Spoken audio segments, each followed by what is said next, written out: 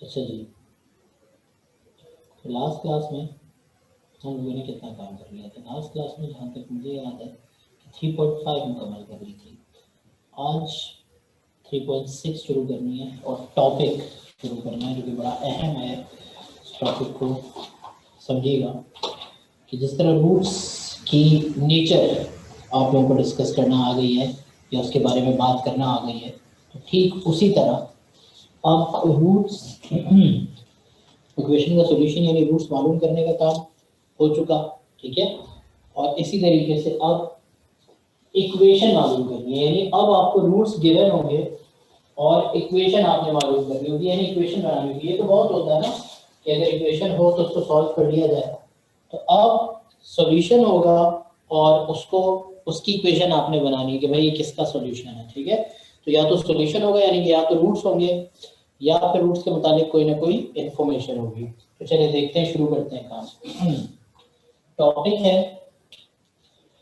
Formation of equation, लेकिन formation of equation से पहले मैं एक बात करना चाहूंगा और वो बात है क्या? सम एंड प्रोडक्ट किसका? Of the roots of a कौन सी इक्वेशन? Quadratic equation. यानी एक क्वाड्रेटिक इक्वेशन है, आपने क्या करना है, उसके रूट्स का सम निकालना है और आपने उसके रूट्स का प्रोडक्ट निकालना है। तो सबसे पहले हम एक काम ही करते हैं कि इक्वेशन जो स्टैंडर्ड क्वाड्रेटिक लेनी है तो वो स्टैंडर्ड इक्वेशन ले लेते हैं। तो मैं लिख रहा हूँ अपने पास कि कंसिडर करूंगा मैं equation, consider the equation standard form आपको अच्छे तरीके से पता है, a x square plus b x plus c is equal to zero, जहां पे एबीसी कुछ भी हो सकता है मगर ए जीरो नहीं हो सकता, ठीक है। अब इसके बाद जब आप ये इक्वेशन कंसिडर करेंगे और इस पर काम करेंगे तो क्या काम होगा और किस तरह से होगा, ठीक है। तो चलिए देखते हैं।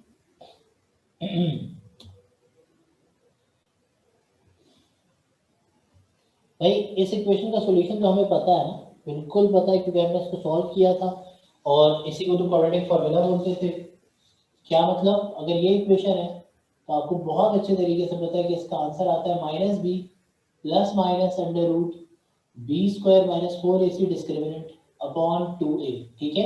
अब एक काम करें, दो वैल्यूज है ना, तो एक वैल्यू को अल्फा बोलते हैं, एक को बीटा, क्योंकि बुक, अच्छा नाम कोई भी दे सकते हैं, x1 x2 भी दे सकते हैं, लेकिन बुक में अल्फा बीटा दिया हुआ है तो मैं भी अल्फा बीटा दे रहा हूँ। B square minus four a c और बीटा को नाम दे दिया minus b minus under root b square minus four a c, यानी अल्फा बीटा रूट्स है इस इक्वेशन के। अल्फा की वैल्यू भी आपके पास, बीटा की वैल्यू भी आपके पास। लेकिन ये तो इक्वेशन सॉल्व हुई भी है ना, वो सॉल्व किए बगैर, हमें सॉल्व किए बगैर इक्वेशन के रूट्स का सम और प्रोडक्ट निकालना है, तो ये कैसे मुमकिन होगा? तो मैं करता हूँ अभी यहाँ पे। सबसे पहले नाउ सम ऑफ रूट्स किसके बराबर होगा? अल्फा प्लस बीटा के, है ना। अच्छा अल्फा और बीटा की वैल्यू पुट कीजिए सम ऑफ द रूट्स के लिए, जगह मैं अल्फा प्लस बीटा लिखता हूँ, अल्फा की जगह minus b plus under root upon two a और बीटा की जगह minus b minus under root upon two a. Under root के अंदर यानी कि रेडिकेंट सेम है, आपको पता है ये बात। जब एलसीएम लूंगा टू ए आएगा और दोनों में से किसी को कोई फर्क नहीं पड़ेगा क्योंकि दोनों के नीचे पहले भी टू ए था, दोनों के नीचे अब भी टू ए। अच्छा प्लस माइनस माइनस ही रहेगा ना, जब बीच में प्लस होता है तो साइन चेंज नहीं होते। अच्छा अंडर रूट के अंदर क्या है? B square minus four a सी, आप खुद लिखिएगा बेटा, डिस्क्रिमिनेंट तो याद है ना आप लोगों को, B square minus four a C, B square minus four a सी। बताइए क्या होगा यहाँ पर भी? B square minus four a सी। अब होगा क्या एलसीएम लेने के बाद कि प्लस वाले अंडर रूट से माइनस वाला अंडर रूट कैंसिल और माइनस बी का साइन सेम है तो ऐड होकर बन जाएगा ये कितना? माइनस टू बी, और नीचे वाले टू ए से टू कैंसिल, तो ए प्लस बी का आंसर आ गया बेटा आपके पास माइनस बी अपॉन ए। लेकिन ये सिर्फ इस इक्वेशन के लिए आया है, हर इक्वेशन के लिए नहीं। तो जरा जनरल बात कर लें। इन जनरल हम इस बात को इस तरह कह सकते हैं कि सम ऑफ द रूट्स बराबर होता है माइनस बी का क्या मतलब है? बी का मतलब है कोफिशिएंट ऑफ एक्स और ए का मतलब है क्या?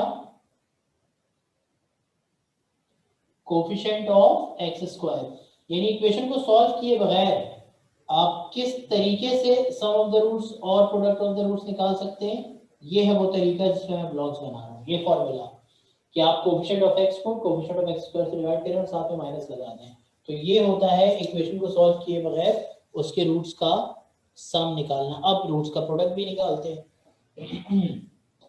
ऑल्सो प्रोडक्ट ऑफ रूट्स बिल्कुल निकालते हैं। ये किसके बराबर होगा, अल्फा इंटू बीटा। अच्छा, अल्फा इंटू बीटा का मतलब अल्फा बीटा, अल्फा की वैल्यू है minus b plus under root upon 2a, beta की वैल्यू है minus b minus under root upon 2a। Multiply हो रहे हैं तो न्यूमरेटर से न्यूमरेटर, डिनोमिनेटर से डिनोमिनेटर मल्टीप्लाई होगा, और रेडिकल के अंदर तो आपको पता है वही डिस्क्रिमिनेंट है, बी स्क्वायर माइनस 4ac। ठीक है, चलिए मल्टीप्लाई करना है न्यूमरेटर से न्यूमरेटर को, डिनोमिनेटर से डिनोमिनेटर को, और फिर मल्टीप्लाई करवा के मुझे बताइए क्या बनेगा। ऊपर दोनों टर्म्स, दोनों ब्रैकेट्स सेम है, बस एक बीच में प्लस एक बीच में माइनस, तो ये तो एक दूसरे के कॉन्जुगेट हो गए ना, a minus b a plus b, तो यहाँ लगेगा a plus b a minus b, a square minus b square, a का मतलब है माइनस बी और बी का मतलब है अंडर रूट का स्क्वायर, और नीचे 2a मल्टीप्लाई के बना 4a स्क्वायर, अंडर रूट के अंदर आएगा b square minus 4ac, square से स्क्वायर रूट कैंसिल, क्योंकि बीच में माइनस है तो ध्यान देना base negative power even answer positive b square, और ये माइनस जब ब्रैकेट ओपन करेगा तो अंदर के साइन चेंज होंगे, माइनस बी स्क्वायर और ये माइनस बन जाएगा प्लस 4ac, नीचे लिखा हुआ था 4a स्क्वायर, अभी भी नीचे 4a स्क्वायर ही है, ऊपर प्लस बी स्क्वायर से माइनस बी स्क्वायर कैंसिल हो जाएगा बेटा, तो अल्फा इंटू बीटा की वैल्यू क्या बन जाएगी 4ac upon 4a square, 4a से एक 4a कैंसिल, तो 4 तो खैर पूरा ही कैंसिल हो गया, ऊपर बचा c, नीचे का 4 कैंसिल, 2a थे एक a नीचे बच गया, ये है अल्फा इंटू बीटा का फॉर्मूला, मगर ये इस इक्वेशन के लिए, और हर क्वेश्चन में एबीसी हो ऐसा जरूरी नहीं है, तो जरा जनरल बात करें, और अगर जनरल बात करना चाहते हैं तो इसके लिए क्या लिखेंगे आप लोग, जनरली क्या लिखना चाहिए हमें, जनरली हमें ये लिखना चाहिए कि प्रोडक्ट ऑफ द रूट्स बराबर होता है किसके, c का मतलब क्या बेटा कांस्टेंट टर्म, और a का मतलब क्या बेटा, a का मतलब है कोफिशिएंट ऑफ एक्स स्क्वायर, तो ये आ गया आपके पास प्रोडक्ट ऑफ द रूट्स का भी फॉर्मूला। ठीक है, यानी अगर अच्छा दोनों का डिनोमिनेटर सेम है, दोनों का डिनोमिनेटर सेम है, बस सम में माइनस आता है और कोफिशिएंट ऑफ एक्स ऊपर आता है, कोफिशिएंट ऑफ एक्स स्क्वायर नीचे, और प्रोडक्ट में माइनस नहीं आता, प्रोडक्ट में कांस्टेंट टर्म आती है divide by coefficient of x square. ठीक है, तो अब कोई भी इक्वेशन आपके पास होगी उसके रूट्स का उसे सॉल्व किए बगैर, क्योंकि सॉल्व करेंगे तो रूट्स आ जाएंगे, और जब रूट्स आ जाएंगे तो उसका सम और प्रोडक्ट कोई मसले वाली बात नहीं है, बात ये है कि सॉल्व किए बगैर आप किस तरह निकालते हैं।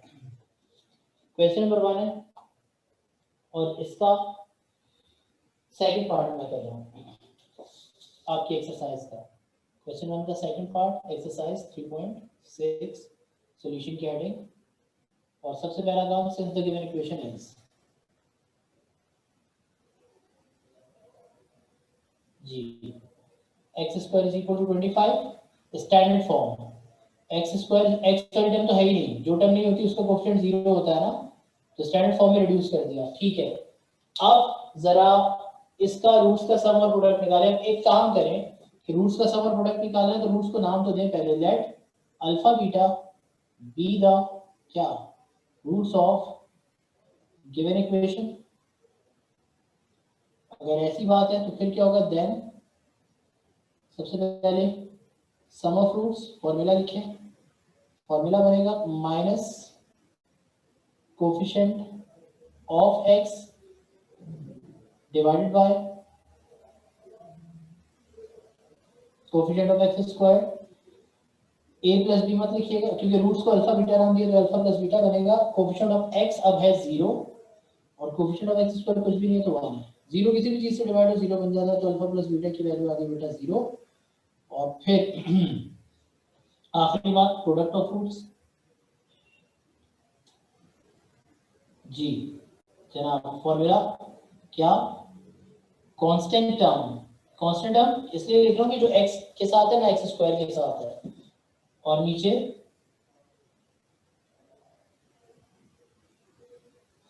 Denominator same, coefficient of x square, x square ही है यहाँ पे, ठीक है। प्रोडक्ट का मतलब अल्फा इंटू बीटा, कांस्टेंट का मतलब है -25 और कोएफिशिएंट ऑफ एक्स स्क्वायर का मतलब है 1, तो अल्फा इंटू बीटा की वैल्यू आ गई सिर्फ और सिर्फ -25।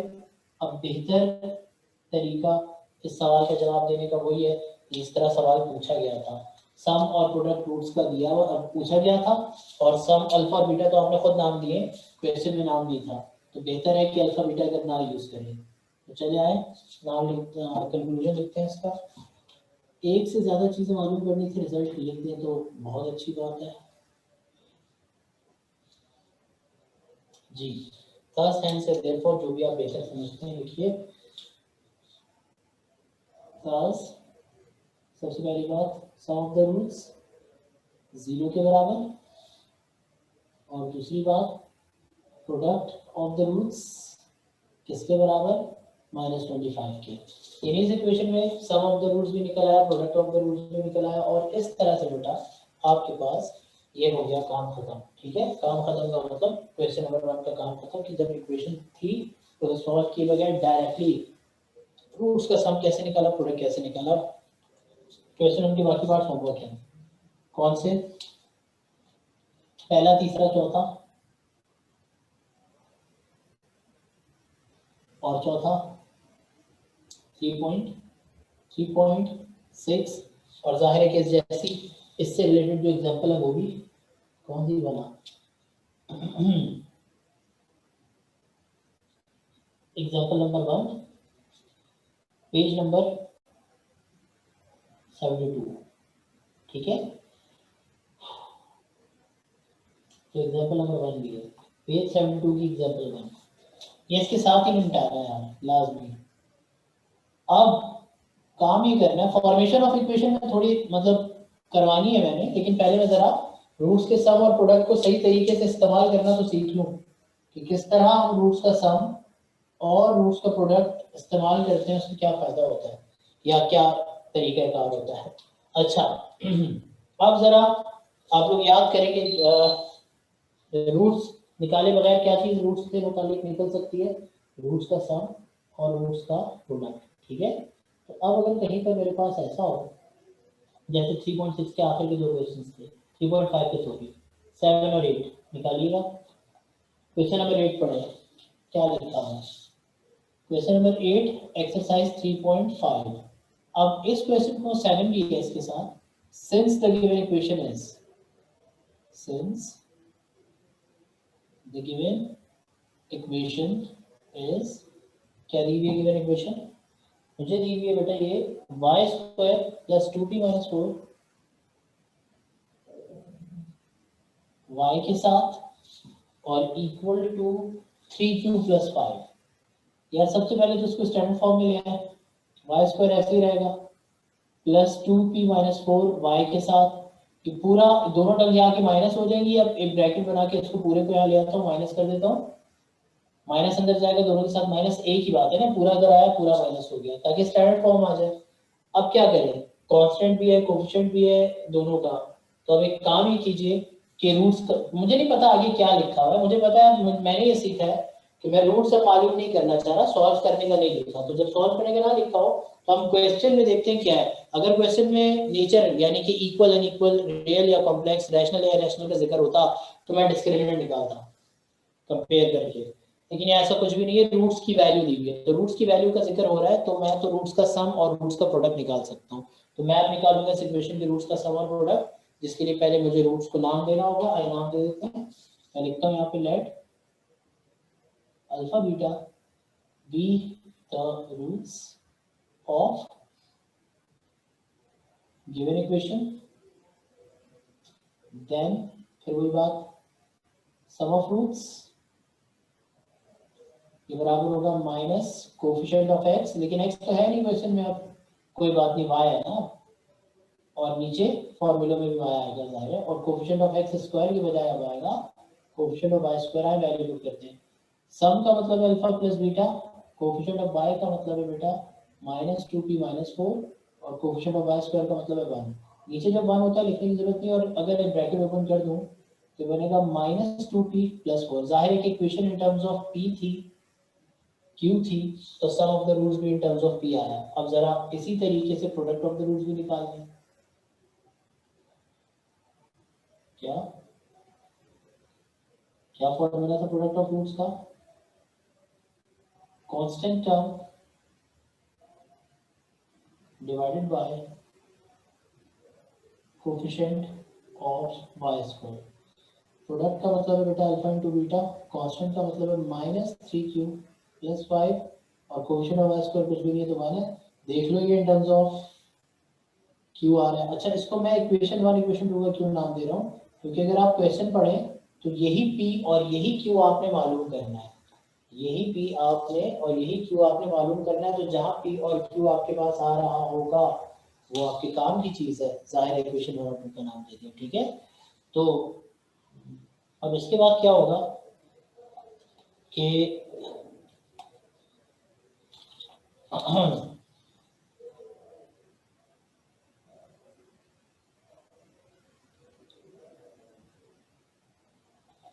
हाँ जी, इसके बाद क्या होगा कि हमारे पास alpha plus beta alpha into beta आ चुका। अच्छा अब जरा गिवन कंडीशन पढ़िए। गिवन कंडीशन ये गिवन बात क्या थी जरा पढ़िए। For what value of p and q will both roots of this equation vanish। Vanish का मतलब खत्म हो जाना, गायब हो जाना, और मैथ्स में गायब हो जाने का मतलब है जीरो हो जाना। तो अब मैं लिखता हूँ given condition according to the given क्या स्टेटमेंट, क्या है बेटा गिवन स्टेटमेंट? गिवन स्टेटमेंट है both roots of the equation या गिवन इक्वेशन, ठीक है, are to be vanished, are to be vanished। Equation के दोनों रूट्स वैनिश होने का मतलब ये है कि वैनिश होने का मतलब ये है कि आपके पास दोनों रूट्स जीरो हो जाएंगे। दोनों रूट्स क्या हो जाएंगे बेटा? जीरो। वैनिश का ये मतलब है मैथमेटिकली, है ना।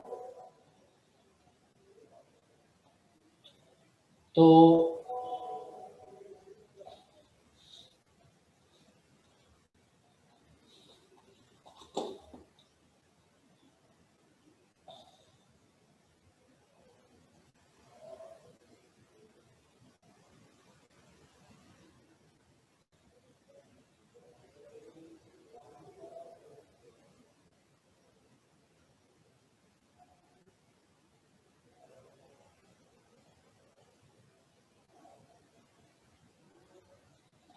ओके बेटा, तो मैं ये कह रहा था कि both roots are to be vanished. Mathematically इसका क्या मतलब होगा कि अल्फा और बीटा दोनों जीरो। अगर वन ऑफ द रूट्स में वैनिश था तो या तो अल्फा जीरो होता या बीटा जीरो होता, ठीक है। और इस वक्त दोनों रूट्स यानी कि अल्फा बीटा दोनों जीरो, ठीक है। वैनिश का मतलब तो यही होता है मैथमेटिकली। अब ये गिवन कंडीशन है। अब इस गिवन मतलब अगर मैं चाहता हूं कि रूट्स गायब हो जाए तो पता लगाएं कि मुझे क्या करना पड़ेगा, यानी पी और क्यू की क्या वैल्यू लेनी पड़ेगी। तो इसका मतलब ये कि मुझे इस गिवन कंडीशन को अपनी गिवन इक्वेशन के रूट्स के सम और प्रोडक्ट पे अप्लाई करना है, और जो भी आंसर आएगा वही रिक्वायर्ड कंडीशन होगी। तो मैं लिखूंगा अपने पास पहला क्या, applying this on equation 1 and equation 2, common लगा के line change, therefore 1 implies that। बताइए बेटा इक्वेशन नंबर 1 क्या बनेगी? चलिए देखते हैं।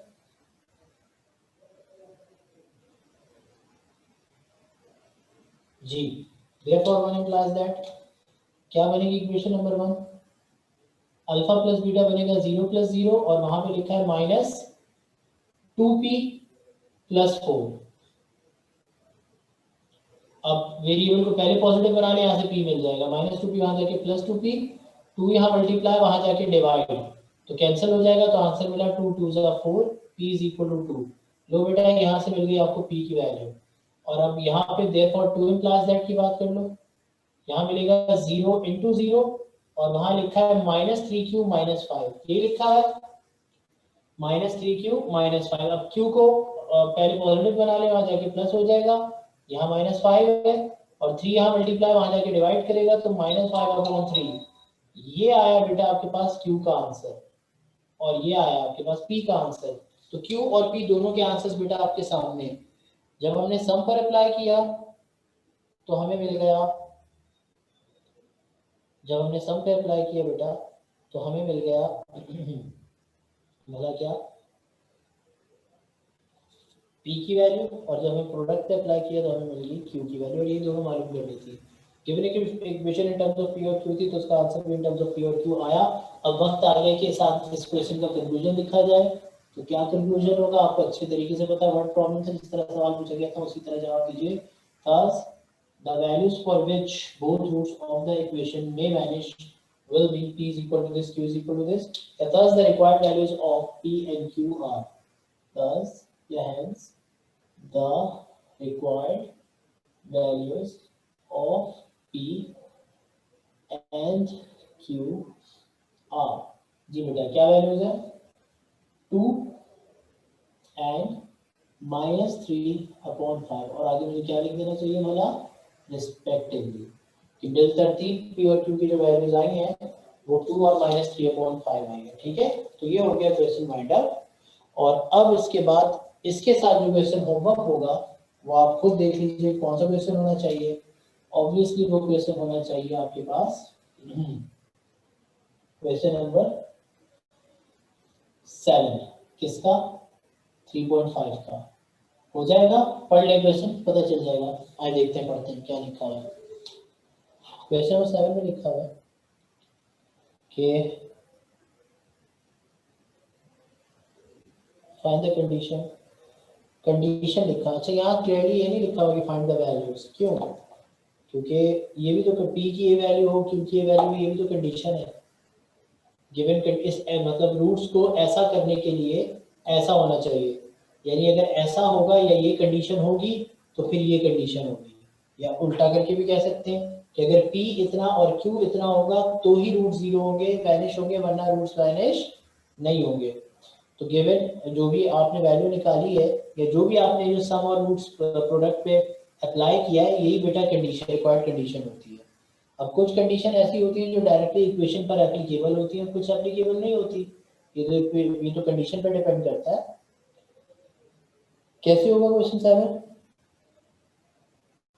इक्वेशन के बिना रूट्स का सम आ जाएगा, रूट्स का प्रोडक्ट आ जाएगा c/a, दोनों रूट्स वैनिश होने, तो ये भी जीरो बनेगा, वो भी जीरो बनेगा, यहाँ से -b की वैल्यू जीरो, यानी b की वैल्यू जीरो, और वहां से c की वैल्यू जीरो।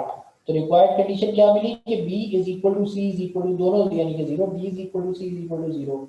यानी अगर आप चाहते हैं कि इस इक्वेशन के दोनों रूट्स गायब हो जाएं, यानी आंसर सिर्फ जीरो मिले आपको, तो उसका सिर्फ और सिर्फ एक तरीका, और तरीका ये कि b और c दोनों जीरो होने चाहिए, b और c दोनों किसके बराबर होने चाहिए, जीरो के।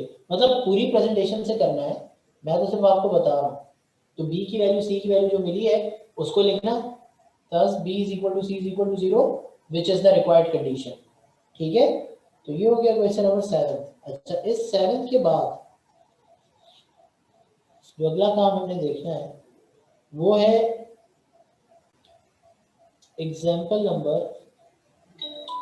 1 तो हो गई है, एग्जाम्पल नंबर 1 तो हो गई है, वन ऑफ द रूट्स में वैनिश, कुछ इस तरह की कोई बात थी। हाँ, एग्जाम्पल नंबर 3 ऑन पेज 74, इसके साथ एग्जाम्पल नंबर 3 है पेज 74 पे, ये आप लोगों ने करना है। ठीक है, एग्जाम्पल नंबर 3 पेज 74, इस पे सर्कल बना लीजिए।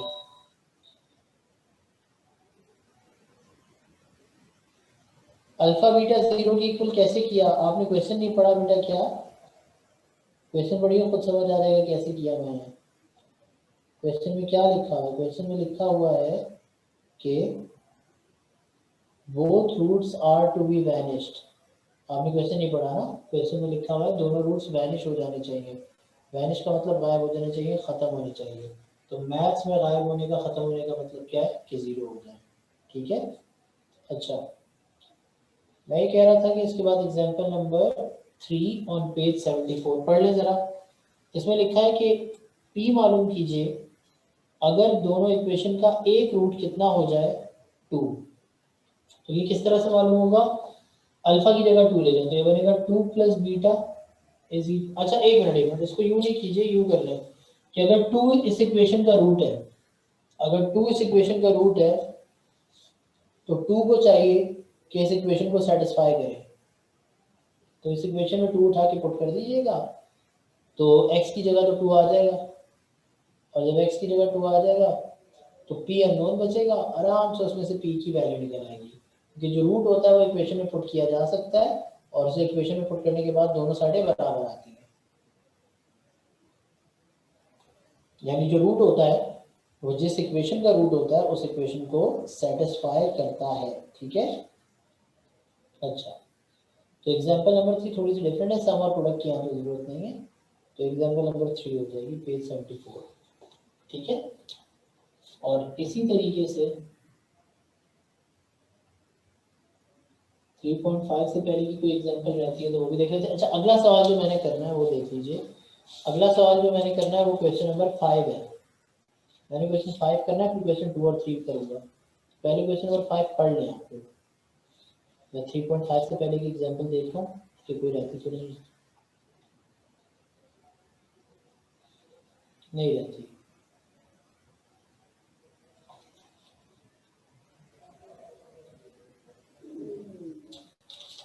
तो क्वेश्चन नंबर 5 में क्या है, गिवन इक्वेशन आपके सामने और इसके 4 पार्ट्स हैं। इन चारों पार्ट्स की कंडीशन मालूम करनी है। चारों पार्ट्स की कंडीशन के क्या मतलब है कि नीचे दी गई चारों बातों को बारी बारी गिवन इक्वेशन पे के रूट्स के सम पे और प्रोडक्ट पे अप्लाई करना है। क्यों? इसलिए क्योंकि जो भी इंफॉर्मेशन है वो रूट्स के सम और प्रोडक्ट के बारे में। मैंने कहा था इसका मतलब 3.5 का सवाल था तो क्वेश्चन में कुछ भी लिखा हो मैं डिस्क्रिमिनेंट निकाल लेता था गिवन इक्वेशन लिखकर। अब ये 3.6 का क्वेश्चन है तो क्वेश्चन में कुछ भी लिखा हो मैं सबसे पहले इक्वेशन लिखूंगा और फिर उसके रूट्स का सम निकाल लूंगा और प्रोडक्ट निकाल लूंगा, इक्वेशन 1 और 2 बोल दूंगा, और फिर हर पार्ट के अंदर गिवन स्टेटमेंट लिखूंगा, उसको दोनों पे अप्लाई करूंगा, या तो जो दोनों का आंसर आए या किसी एक से आंसर आ जाए, या हो सकता है दोनों से आंसर आ जाए, हो सकता है दोनों में से किसी से भी आंसर ना आए बल्कि दोनों को मिलाकर सॉल्व करने से, साइमल्टेनियसली सॉल्व करने से आंसर आए, कंडीशन है। क्योंकि रिक्वायर्ड कंडीशन में देखो क्या होता है, रिक्वायर्ड कंडीशन में अल्फा बीटा नहीं होना चाहिए। अल्फा बीटा रूट्स है और रूट की तो कंडीशन दी हुई है तो रूट तो नहीं होने चाहिए, और फिर आपने खुद अज्यूम किए।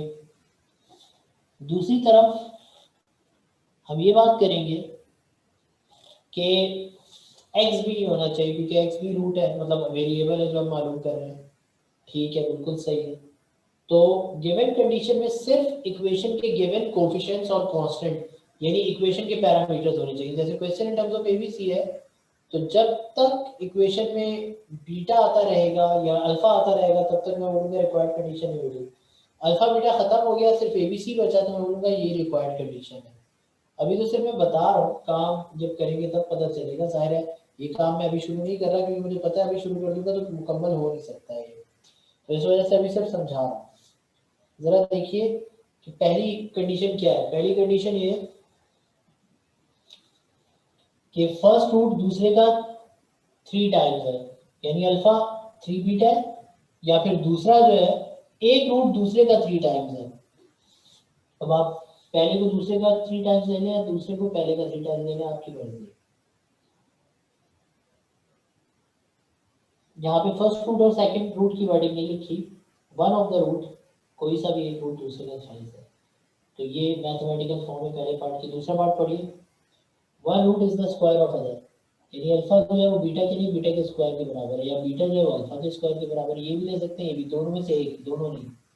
अच्छा, फिर one root is the additive inverse of the other, यानी अल्फा जो है बीटा नहीं बीटा के एडिटिव इनवर्स। एडिटिव इनवर्स क्या होता है, साइन चेंज कर दो, बीटा का एडिटिव इनवर्स होगा माइनस बीटा, माइनस बीटा का एडिटिव इनवर्स होगा प्लस बीटा। तो अल्फा जो है बीटा का एडिटिव इनवर्स है यानी माइनस बीटा है, या बीटा जो है वो अल्फा का एडिटिव इनवर्स है माइनस अल्फा। चौथा पार्ट क्या लिखा है चौथे पार्ट में, one root is the multiplicative inverse of other, यानी अल्फा जो है वो बीटा का रेसिप्रोकल है या अगर बीटा है तो वो अल्फा का रेसिप्रोकल है। तो ये बात मतलब ये जो गिवन स्टेटमेंट है वो उसकी मैथमेटिकल फॉर्म्स मैंने लिख दी ताकि समझाने का काम मैं आज कर लूँ, और नेक्स्ट क्लास में जल्दी जल्दी क्वेश्चन कर देंगे। क्वेश्चन 4 कर लेंगे इंशाल्लाह, अगली क्लास 5 कर लेंगे, और फिर क्वेश्चन 2 और 3 भी काफी हद तक इंशाल्लाह देख लेंगे। ठीक है, तो ये है बेटा काम, जो काम हम लोगों ने करना है अब अगली क्लास में। आज का काम मैं यहीं तक रखूंगा, कोई सवाल हो तो पूछिए, मैं क्लास एंड करने लगाऊंगा। कोई काम, कोई सवाल, कोई बात है तो पूछिए बेटा।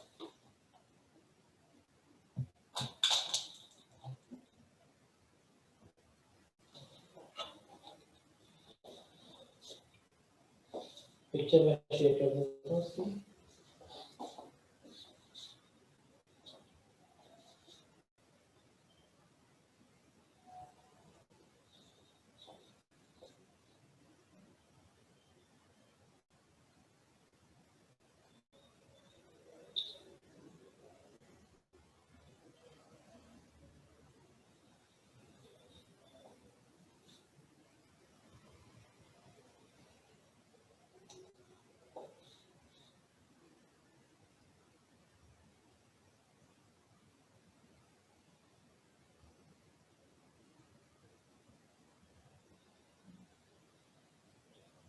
ठीक है जी, फिर अगली क्लास में बात होती है।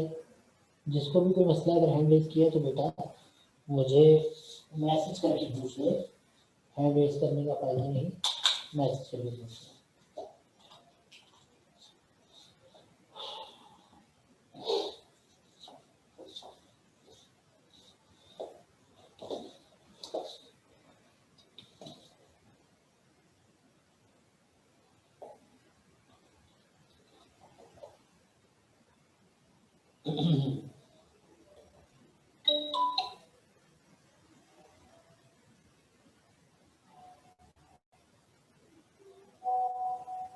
टेस्ट कब है? टेस्ट कब है?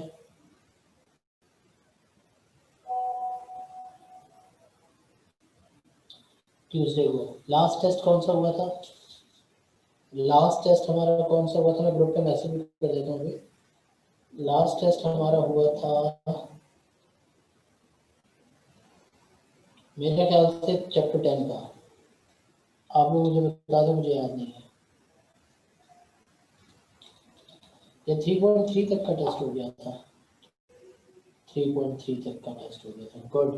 तो अब जो टेस्ट होगा वो 3.4 और 3.5 का होगा।